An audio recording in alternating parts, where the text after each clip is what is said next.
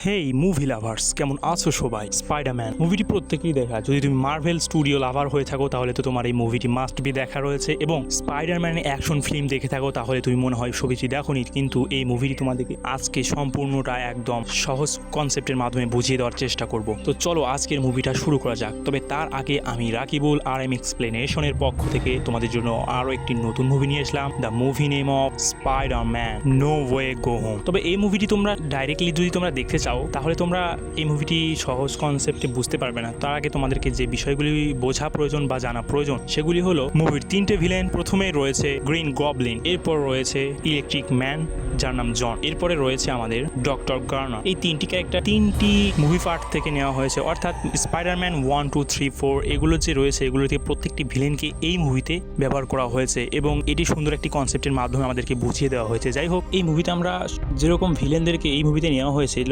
সেরকমভাবে প্রত্যেকটি স্পাইডারম্যানকে এই মুভিতে নেওয়া হয়েছে। যেমন পিটার পার্কার 1, পিটার পার্কার 2 এবং পিটার পার্কার 3, এই তিনটি ক্যারেক্টারকে এই মুভিতে নেওয়া হয়েছে স্পাইডারম্যান হিসেবে। যাই হোক, মুভি সম্পর্কে আমরা অনেক কিছু জেনে ফেলেছি, এবার তাহলে মুভিটি শুরু করা যাক। মুভির শুরুতে আমরা দেখতে পাই পিটার পার্কার, যেটা পিটার পার্কার লাস্ট মুভি। এই মুভি থেকে সেই প্রথম পিটার পার্কারটা সম্পর্কে সবাই জেনে গেছে যে পিটার পার্কারই হচ্ছে স্পাইডারম্যান, এবং এই জন্য মিডিয়া এবং তার শহরের প্রত্যেকটা লোক তাকে খুঁজছে এবং তাকে ধরার জন্য প্রচণ্ডভাবে চেষ্টা করছে। অন্যদিকে একটি মিডিয়া ছিল যে মিডিয়া তাকে ভুল প্রমাণিত করে, অর্থাৎ তাকে ভয়ঙ্কর মারাত্মক মানবজাতির জন্য মারাত্মক প্রমাণিত করে তার প্রচার করছিল। এই কারণে মানবজাতি বা সেই শহরের লোকজন তার প্রতি ক্ষুব্ধ হয়ে যায় এই মিডিয়ার জন্য। যাই হোক, পিটার পার্কার সেজন্য বাস পালাচ্ছিল তার স্থান থেকে এবং সে লুকানোর চেষ্টা করছিল, এবং তার যে কাছের বন্ধুগুলো ছিল সেই বন্ধুগুলোকে নিয়েও সে পালাচ্ছিল, কেননা তাদেরকেও আক্রমণ করছিল সাধারণ জনগণ। সাধারণ জনগণ মনে করতো যে তাদেরকে ধরতে পারলেই স্পাইডারম্যানকে অর্থাৎ পিটার পার্কারকে ধরা যাবে এবং দুর্নীতি বাঁচবে। আর সাধারণ মানুষের মনে এই চেতনা তৈরি হয়েছিল যে পিটার পার্কার অর্থাৎ স্পাইডারম্যান যেখানে থাকবে সেখানে ধ্বংসলীলা চলতে থাকবে এবং সেই বিষয়টি ধ্বংস হবে। দেন পিটার তার বন্ধুকে নিয়ে তার বাসায় যায় প্রথমত, এবং তার বাসায় যাওয়ার পথে অনেক বাধার সম্মুখীন হতে হয় তাকে। বাসায় আসার পর তারা দুজনে রুমের মধ্যে গল্প করতেছিল। এমত অবস্থায় পিটারের আঙ্কেল এবং তার আন্টি কোথা থেকে যিনি তাদের রুমে চলে আসে এবং হঠাৎ করেই তাদের দরজাটা খুলে ফেলে। তাদের দরজাটা খোলার সময় তারা দেখতে পায় যে পিটাররা নিয়ে জানি গল্প। যাই হোক, তারা আসে এবং বলে যে তোমরা এখনো এখানে কি করছো, তোমাদের তো এই শহর ছেড়ে বা এমন কোনো জায়গায় যাওয়া উচিত যেখানে তোমাদেরকে কেউ চিনতে পারবে না। তখন পিটার বলে যে আমি যদি যাই আমাকে সবাই চিনতে পারবে এবং আমার জন্য তোমাদের সকলেরই বিপদ হতে পারে, এজন্য আমি একাই এক অচেনা জায়গায় চলে যাব যেখানে আমাকে কেউ চিনবে না এবং আমাকে কেউ জানেও না সে আমি পিটার। তখন তার ফ্রেন্ড এবং তার মা বাবা বলে যে এটা কোনোভাবেই সম্ভব না, তুমি চলে গেলে আমরা কাকে নিয়ে থাকবো, তোমাকে ছাড়া আমরা বাঁচতে পারবো না। এমন অবস্থায় পিটার স্তব্ধ হয়ে যায় এবং তার আঙ্কেলের নাম ছিল হ্যাপি আঙ্কেল বলে যে তাহলে আমরা একটা কাজ করি, আমরা একটা রুমের কথা বলে সে, বা একটা ঘরের কথা বলে, আন্ডারগ্রাউন্ড ঘর, সেখানে তারা থাকার সিদ্ধান্ত নেয় এবং তারা সেই উদ্দেশ্যে রওনা দেয়। এবং তারা যখন রওনা দিবে তখনও তাদের অনেক সমস্যার সম্মুখীন হয়, যদিও তাদের সমস্যার সম্মুখীন হয় তারপর তারা চলে যায়। পিটার পার্কার এবং তার ফ্যামিলি সেফটি হাউসে পৌঁছানোর পর তাদের মাঝে আরও একটি নতুন সমস্যা দেখা দেয়। সেই সমস্যাটি হলো তাদের কলেজ লাইফ সম্পর্কে, কেননা তার বন্ধুরা তার সঙ্গে এসেছে এবং সে নিজেও এখনও কলেজ পুরো একজন ছাত্র। এই অবস্থায় সে কলেজে যাবে কিভাবে, কেননা যখন পুরো শহর তার পেছনে। তারপরেও তারা অনেক কষ্টে কলেজে যায় এবং কলেজে যাওয়ার পর স্বাভাবিকভাবেই অনেক ছাত্র এবং জনতার মিডিয়ার সম্মুখীন হতে হয়। এমতো অবস্থায় পিটার সেখান থেকে কোনো মতোই বেঁচে ফেরে এবং তাদেরকে হ্যান্ডেল করে স্কুল লাইব্রেরির ছাদে চলে আসে এবং তারা নিজেদের মধ্যে গল্প করে। যাই হোক, এই টাইমটা কাটার পর তারা যখন রেস্টুরেন্টে অর্থাৎ নায়িকাদের রেস্টুরেন্টে সময় কাটাচ্ছিল, এমতো অবস্থায় তাদের বন্ধু শৈশবকালের শত্রু, তার নাম হলো ম্যাক, সে ছিল অনেক লোভী একটা ছেলে। যখন সে জানতে পারে যে স্পাইডারম্যান হলো তাদের পিটার, তখন থেকেই সে পিটারের সঙ্গে মিল দেওয়ার চেষ্টা করে, আর কি তেল মারার চেষ্টা করে। যাই হোক, সে যখন জানতে পারে যে পিটারের বিরুদ্ধে সকলে চলে গেছে এবং পিটারকে স্কুল থেকে বের করে দেওয়া হবে এমতো পদক্ষেপ নেওয়া হয়েছে, বা তাদের ফর্ম ফিল আপ বা ভর্তি ফি বিভিন্ন সমস্যা করা হবে এই সময়টাতে, তখন সে এটা জানতে পেরে তার সঙ্গ বাদ দেয় এবং সে সেখান থেকে চলে যায়। অন্যদিকে তারা তিন বন্ধু, পিটার এবং তার দুই বন্ধু, তারা অটল থাকে তাদের বন্ধুত্বে, এবং এই বন্ধুত্বের অটলতার কারণেই তার দুই বন্ধুর ফর্ম ফিল আপের সমস্যার সম্মুখীন হয়, ভর্তির এগুলো সমস্যার সম্মুখীন হতে শুরু করে।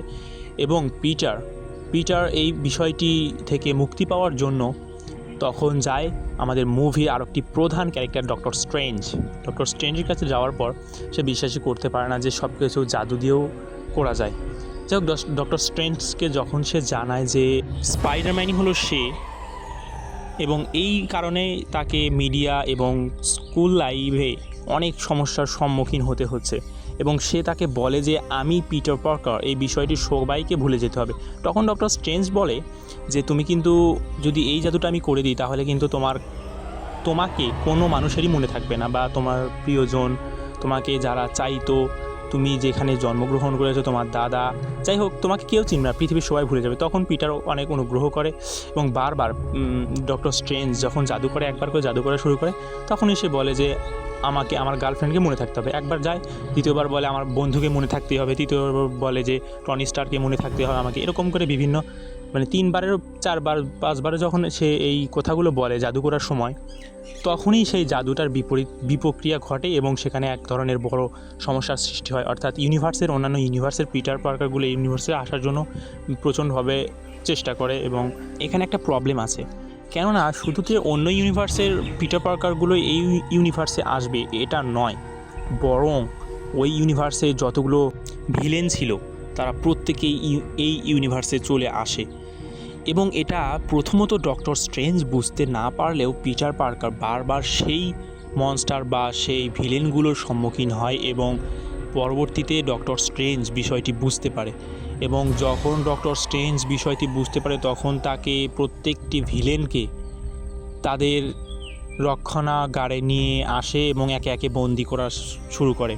এমতো অবস্থায় লাস্ট পর্যায়ে আমাদের ডক্টর গার্নারকে পায়, এবং সে ছিল চতুর মাইন্ডের, অর্থাৎ তার মধ্যে এক ধরনের গ্রিন গবলিন বসবাস করতো। যখন গ্রিন গবলিন বসবাস করতো না তখন সে তার নিজের মাইন্ডে থাকে এবং পিটারের মাকে যে বলে যে আমাকে আরেকটা সুযোগ দিতে বলো, এবং পিটারের কাছেও এই বিষয়টি অনেক করুণাময় মনে হয় এবং তাকে আরেকটি সুযোগ দেওয়ার জন্য সে সিদ্ধান্ত করে। কিন্তু যখন প্রত্যেকটি ভিলেনকে সেই খাঁচার মধ্যে, কাচের একটা ঘরের মধ্যে বন্দি করা হয়, সে সময় ডক্টর স্ট্রেঞ্জ বলে যে এরা তাদের ইউনিভার্স থেকে এসেছে, আমি আমার জাদুটা আবার পাল্টে দেবো এবং তাদের ইউনিভার্সে তারা যে অবস্থায় ছিল তারা সেই অবস্থায় চলে যাবে। অর্থাৎ অনেকেই মারা গিয়েছিল, সেই মারা যাওয়া মানুষগুলো আবার মারা যাবে। যাই হোক, এমতো অবস্থায় পিটার বলে যে এদেরকে আরেকটা সুযোগ দেওয়া যায় না কেন, এরা তো অনেক প্রতিশ্রুতি করতেছে তারা। তখন ডক্টর স্ট্রেঞ্জ বলে এটা তাদের ভাগ্যে ছিল, এটা তাদের নিয়তি, এই নিয়তিকে আমরা কোনো সময় পাল্টাতে পারি না। কিন্তু পিটার বলে কোনো না তো একটা পদ্ধতি আছে, যে পদ্ধতির মাধ্যমে এদেরকে আমরা বাঁচাতে পারবো। তখন সবাই অবাক হয়ে যায় এবং ভাবে যে এই ছেলেটা তো অনেক ভালো মাইন্ডের। যাই হোক, এরপর শুরু হয় মুভির আসল খেলা। ডক্টর স্ট্রেঞ্জের সাথে আমরা দেখতে পাই পিটারের একটা সংঘর্ষ, যেখানে ডক্টর স্ট্রেঞ্জ তার দুনিয়ায় পিটারকে নিয়ে গিয়েও সে তার দুনিয়ায় বন্দী হয়ে থাকে, অর্থাৎ ডক্টর স্ট্রেঞ্জ পিটারের কাছে বন্দী হয়। এমতো অবস্থায় ডক্টর স্ট্রেঞ্জ তার জাদুর আংটিটা নিয়ে আসে এবং তার বন্ধুকে দেয়, এবং প্রত্যেকটি ভিলেন তার পক্ষ নেয়। প্রথমত যখন পিটার একে একে প্রত্যেককেই সুস্থ করে তুলছিল, এমতো অবস্থায় এই ডক্টর গার্নারের মধ্যে সেই গ্রিন গবলিন প্রবেশ করে এবং সে ভয়ঙ্কর হয়ে ওঠে, এবং সে সেখানে ছল চাতুরির মাধ্যমে প্রত্যেককেই তার নিজের পক্ষে করে নেয়। কিন্তু অনেকেই তার বিপরীতে ছিল, অর্থাৎ পিটার পার্কার পক্ষে ছিল। কিন্তু তবুও ভিলেনদের সাথে লড়া, পিটারের পক্ষে তার দলবল নিয়ে লড়া সম্ভবই নয়। কেননা যেখানে স্পাইডারম্যান নিজেরা লড়েছিল একটি করে ভিলেনের সঙ্গে, সেখানে সে একটি স্পাইডারম্যান হয়ে কয়েকজন সঙ্গী নিয়ে কোনোভাবেই তাদের সঙ্গে পেরে উঠবে না। এজন্য সেই আংটিটা দেয় তার বন্ধুকে, এবং তার বন্ধু বারবার সেই রিং হল তৈরি করে এবং পিটার পার্কারদেরকে ডাকতে থাকে। অন্যান্য ইউনিভার্স থেকে পিটার পার্কাররা চলে আসে এবং তারা অবাক হয়ে যায় একে অপরকে দেখে। তারা বুঝতে পারে যে হ্যাঁ, এটা সত্যি যে ইউনিভার্স থেকে যাতায়াত করা সম্ভব এবং এটা জাদুর মাধ্যমেই সম্ভব। যাই হোক, তারা এখানে বিশ্বাস করে না এবং তারা অবাক হয়ে যায় 3টি স্পাইডারম্যান, অর্থাৎ তারা 3জন স্পাইডারম্যান যখন এক জায়গায় হয়। তারপর তারা সবাই মিলে একটি প্ল্যান করে তাদেরকে সুস্থ করার জন্য। মূলত নিউ ইয়র্ক শহরে সে সময় স্ট্যাচু অফ লিবার্টি তৈরি হচ্ছিল, কনস্ট্রাকশনের কাজ চলতেছিল স্ট্যাচু অফ লিবার্টি। তখন পিটার সিদ্ধান্ত নেয় যে তারা সেই স্ট্যাচু অফ লিবার্টি সেখানে যাবে, অর্থাৎ সেখানে সেই জায়গাটি প্রত্যেকেই চিনে। এজন্য সেখানে গিয়ে তাদের সেই জাদু, যেটার মাধ্যমে তারা এই ইউনিভার্সে থেকে যাবে অথবা এই ইউনিভার্স থেকে তারা চলে যাবে, সেই জাদুর বক্সটিকে পিটার দেখায়, কেননা সেই বক্সটিকে দেখালেই ভিলেনরা যদিও সেই বক্সটি হাসিল করতে পারে তাহলে তারা এই ইউনিভার্সে থেকে যেতে পারবে। এই অভিজ্ঞতা থেকেই বা এই মনোভাবনা থেকেই তারা সেই প্ল্যানটি করে এবং সেখানে প্রত্যেক ভিলেনকে ডাকার সিদ্ধান্ত নেয়।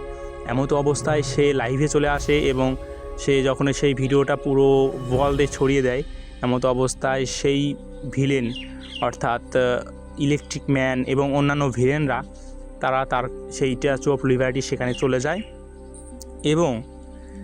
এবং সেখানে এক ভয়ঙ্কর ফাইট আমরা দেখতে পাই, যেটা এই মুভির ভাইরাল একটি ফাইট। আসলে কোনো মুভির ফাইটগুলো এক্সপ্লেন করে তোমাদের মনের মধ্যে ওই তৃপ্তিটা আমি প্রবেশ করাতে পারবো না যেটা আমি পেয়েছি।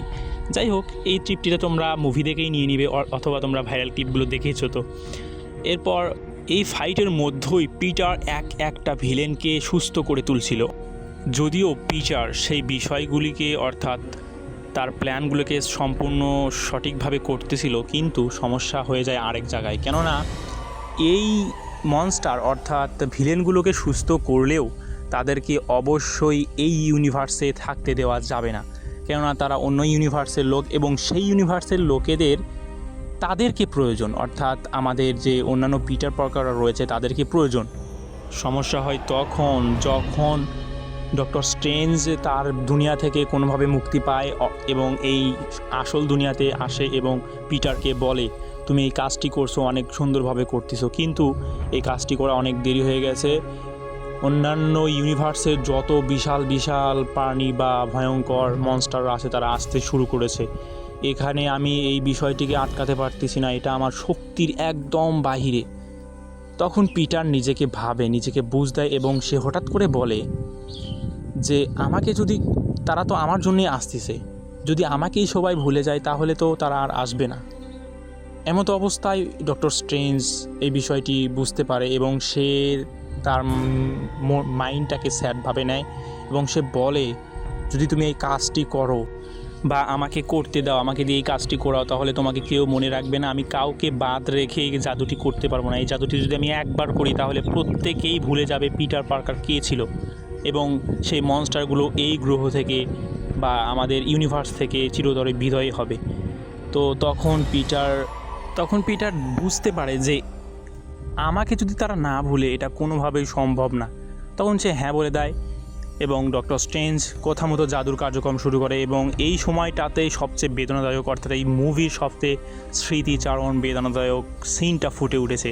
সে তার প্রিয় প্রত্যেক বন্ধুকে বিদায় জানায় এবং বলে যে আমাকে আর কিছু সময় পর তোমরা কেউ মনে রাখতে পারবে না, তোমাদের নিজ নিজ কাজে তোমরা ব্যস্ত হয়ে যাবে। যাই হোক, ডক্টর স্ট্রেঞ্জ জাদুটা করে দেয় এবং সব সমস্যার সমাধান হয়ে যায়। ঘটার পরেও দেখায় যে পিটার পার্কার তার গার্লফ্রেন্ডের রেস্তোরাঁতে গিয়েছে এবং সে তাকে দেখতে থাকে অনেকক্ষণ ধরে এবং তার গার্লফ্রেন্ড ইতস্তবোধ করলে সে বলে যে আপনি কিছু খাবেন?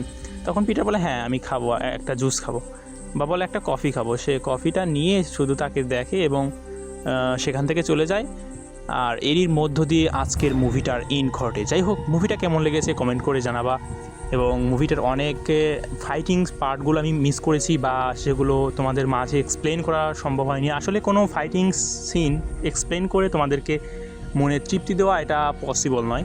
তোমরা যদি মুভিটা দেখতে চাও তাহলে অবশ্যই কমেন্টস সেকশনে কমেন্ট করবা এবং ভিডিওটি ভালো লাগলে লাইক করবা এবং সাবস্ক্রাইব করে পাশেই থাকার জন্য অনুরোধ রইল। সকলকে অসংখ্য ধন্যবাদ। আসসালামু আলাইকুম।